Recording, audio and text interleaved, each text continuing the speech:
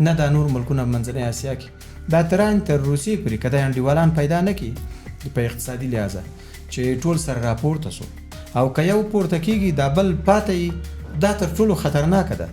د افغانستان په حصه کې یا په دا سیمه کې دا 15 لسیزې تقریبا 15 لسیزې څه کم دا سیاست چلیدلی ده چې دا بل وغورځوو نو موږ به راپورته سو، بل وغورځوو نو موږ به راپورته سو.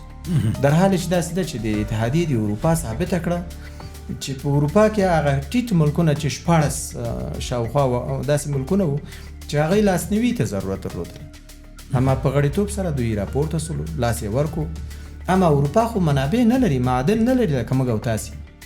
لکه ته اوس د دنیا تر ټولو لوی ملک چین ده، تا په مساینه کې در سره شریک کړی ده، په قشقري کې مثلا آمو دریا کې له موږ سره شراکت لري، یا څه دې ته ورته پروژې شاوخوا دوی لري چې حرارتي برېښنا ایجادوي دا د زغال سنګ نه زغال سکرو ډبرونه دغه کې دی ملګری ده.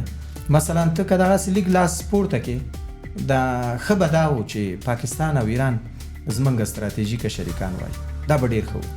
یعنې تر ټولو مثالي او ښه حالت دغه ده چې دوست پاکستان او دوست ایران موږ درلودلی.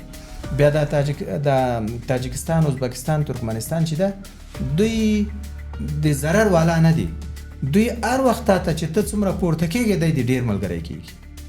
نو دې خاطر زما په نظر سیمه ییزه اتصال دا د افغانستان لپاره ډېره حیاتي ده، ځکه چې ته ډېرې منابع لري خو بې شریکه یې خوړای نه سې.